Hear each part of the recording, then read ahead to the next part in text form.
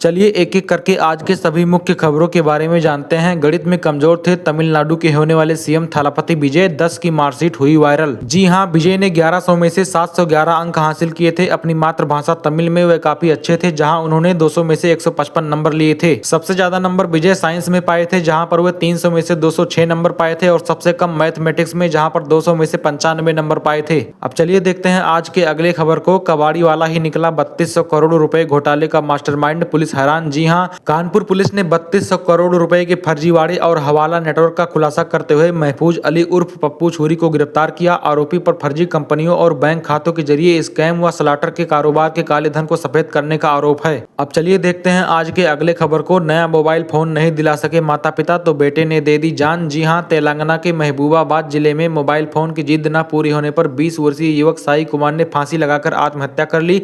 आर्थिक तंगी के कारण माता पिता नया फोन नहीं दिला सके, जिसके बाद युवक ने खौफनाक कदम उठा लिया। अब चलिए देखते हैं आज के अगले खबर को। सीएम पद से हटाए जाने के बाद भी ममता बनर्जी के प्रोफाइल पर अब भी लिखा हुआ आ रहा सीएम ऑफ वेस्ट बंगाल। जी हां, शुभेंदु अधिकारी का शपथ ग्रहण समारोह पूरा हो गया, अब वे बंगाल के नए सीएम बन गए हैं। इस बीच ममता बनर्जी के प्रोफाइल पर अब भी पश्चिम बंगाल का माननीय मुख्यमंत्री लिखा हुआ है। अब चलिए देखते हैं अगले खबर को। शुभेंदु अधिकारी ऑन कैमरा रिश्वत लेते पकड़े गए थे। आज भाजपा ने एक भ्रष्ट को मुख्यमंत्री बना दिया है, बधाई दीजिए, ऐसा संजय राउत सांसद ने कहा है। अब चलिए देखते हैं आज के अगले खबर को। हिरासत में ली गई सूखे खीरे को केमिकल से ताजा करने वाली महिलाएं। जी हां, बिहार के कटिहार रेलवे स्टेशन का एक और वीडियो सामने आ रहा है, जिसमें दिख रहा था कि कैसे खीरा को हरा और ताजा दिखाने के लिए उसे किसी केमिकल या रंग में डुबाया जा रहा था। वीडियो वायरल होने के बाद मामले में आरपीएफ ने एक्शन लिया और शिकायत दर्ज की गई। वीडियो की जांच की गई और उसमें दिखने वाली दोनों महिलाओं की पहचान की गई। पता चला कि इसमें एक महिला का नाम फूलवती है और दूसरी महिला का नाम पार्वती देवी है।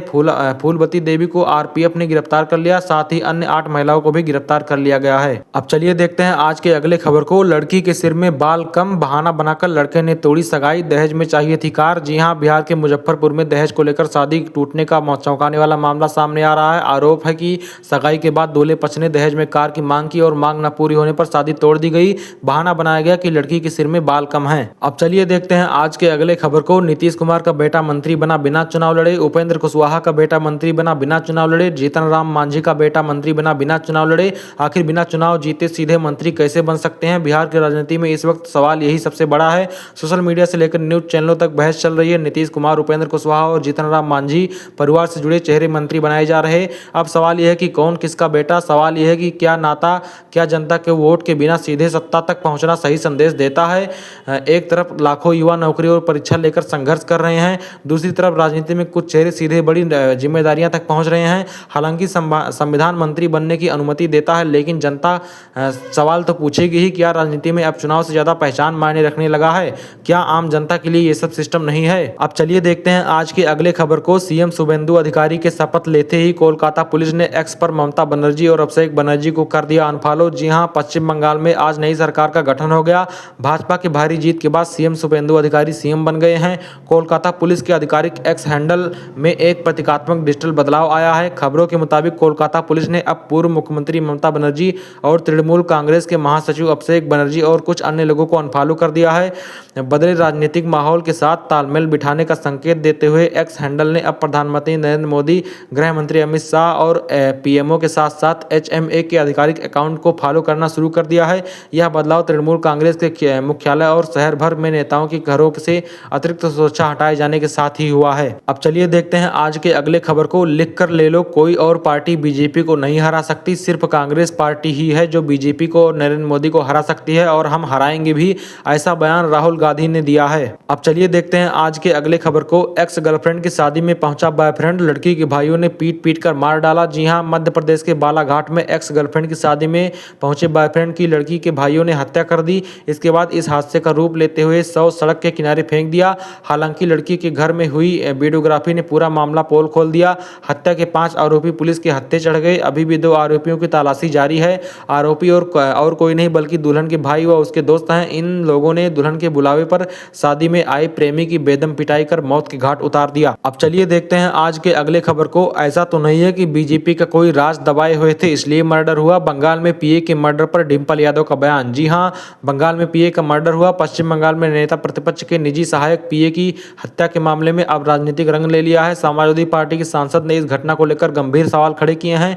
डिंपल यादव ने बयान देते हुए कहा कि ऐसा तो नहीं है कि वह बीजेपी का कोई राज दबाया हुआ था इसलिए उसकी हत्या करा दी गई है। उनके इस बयान के बाद सियासी हलकों में हलचल तेज हो गई। पश्चिम बंगाल हाल ही में हुई इस हत्या ने सुरक्षा व्यवस्था और राजनीतिक तनाव पर कई सवाल खड़े कर दिए हैं। करीबी की माने तो उनके पीए की संदिग्ध परिस्थितियों में मौत हुई, जिसके बाद विपक्ष और सत्ता पक्ष आमने सामने आ गए हैं। अब चलिए देखते हैं अगले खबर को। बुलडोजर का नाम सुनते ही टीएमसी के गुंडे अभी से अंडरग्राउंड होने लगे हैं, ऐसा बयान योगी आदित्यनाथ ने दिया है। अब चलिए देखते हैं आज के अगले खबर को। बंगाल नतीजों से बीजेपी का उत्साह चरम पर। यूपी में मिशन 2027 में सपा के लिए जमीन के साथ मनोबल की भी लड़ाई। जी हां, पश्चिम बंगाल में भाजपा की सुनामी आने के बाद सपा मुखिया अखिलेश यादव ने एक्स पर लिखा, हर फरेबी फतह की एक मियाद होती है। ये बात की सच्चाई की बुनियाद होती है। दरअसल नतीजों पर उठाया गया यह सवाल उन चुनौतियों का जवाब तलाशने की कोशिश है जिनका सामना विपक्ष को 2027 में यूपी में करना है। वरना सपा के राष्ट्रीय उपाध्यक्ष किरमयानंद नंदा ने बंगाल में टीएमसी की हार की वजह उनकी सरकार के भ्रष्टाचार को बता दिया। यूपी में विपक्ष की लड़ाई अब समीकरण जमीन के साथ ही भाजपा के बड़े मनोबल से भी है। उत्तर प्रदेश में अगले साल की पहली तिमाही में प्रस्तावित विधानसभा चुनाव के लिए सियासी दलों के दावे और तैयारियों का दौर पहले से ही शुरू हो गया है। सोमवार को आए 5 राज्यों के नतीजों के बाद पीएम नरेंद्र मोदी ने भाजपा कार्यालय पर आयोजित समारोह में सपा पर निशाना साधा और कहा यूपी के आग इशारा भी कर दिया। हालांकि सपा मुखिया अखिलेश यादव भी पहले से ही अपने कार्यकर्ताओं को ताकीद कर चुके हैं कि बंगाल के बाद भाजपा का पूरा अमला अब यूपी में ही जुटेगा। इसके लिए तैयार और सतर्क रहना होगा। अब चलिए देखते हैं आज के अगले खबर को। पीसीएस ज्योति मौर्य के पति आलोक अब पॉलिटिक्स में एंट्री करेंगे। केशव मौर्य संग तस्वीरें वायरल। जी हां, पीसीएस अफसर बीबी ज्योति मौर्य से खटपट को लेकर प्रयागराज के आलोक मौर्य पिछले 1 साल से सुर्खियों में है। पिछले दिनों आलोक मौर्य ने मीडिया को बताया कि उनकी पत्नी के साथ सुलह होने वाली है। वे दोनों बच्चों के साथ अब साथ रहेंगे। हालांकि इस मामले पर ज्योति मौर्य ने कोई जवाब नहीं दिया। इस बीच आलोक मौर्य यूपी के डिप्टी सीएम केशव प्रसाद मौर्य के नजदीक नजर आ रहे हैं। केशव मौर्य के साथ उन्होंने कुछ तस्वीरें सोशल मीडिया पर शेयर की हैं। मंगलवार को जिला पंचायत सभागार के केशव प्रसाद मौर्य शिक्षा मित्र सम्मान समारोह में शामिल होने आए तो वहां पर आलोक मौर्य भी मौजूद थे। एनबीटी ऑनलाइन से बातचीत में उन्होंने बताया कि जनसेवा की भावना से वह राजनीति में अपना करियर बनाना चाहते हैं। फिलहाल वह भारतीय जनता पार्टी के नजदीक हैं, लेकिन अन्य राजनीतिक दलों का ऑप्शन भी खुला है। विधानसभा चुनाव 2027 में जनप्रतिनिधि के तौर पर अपना भाग्य आजमाना चाहते हैं। अब चलिए देखते हैं आज के अगले खबर को। लखनऊ के आगसियाना इलाके में देर रात खाने को लेकर खाने गए युवकों के साथ ऐसा हुआ जिसे सुनकर हैरानी है। पकरी पुल के पास एक ढाबे पर खाने में मक्खी निकलने की शिकायत करना 5 दोस्तों को भारी पड़ गया। मामूली कहासुनी देखते ही देखते खूनी हमले में बदल गई।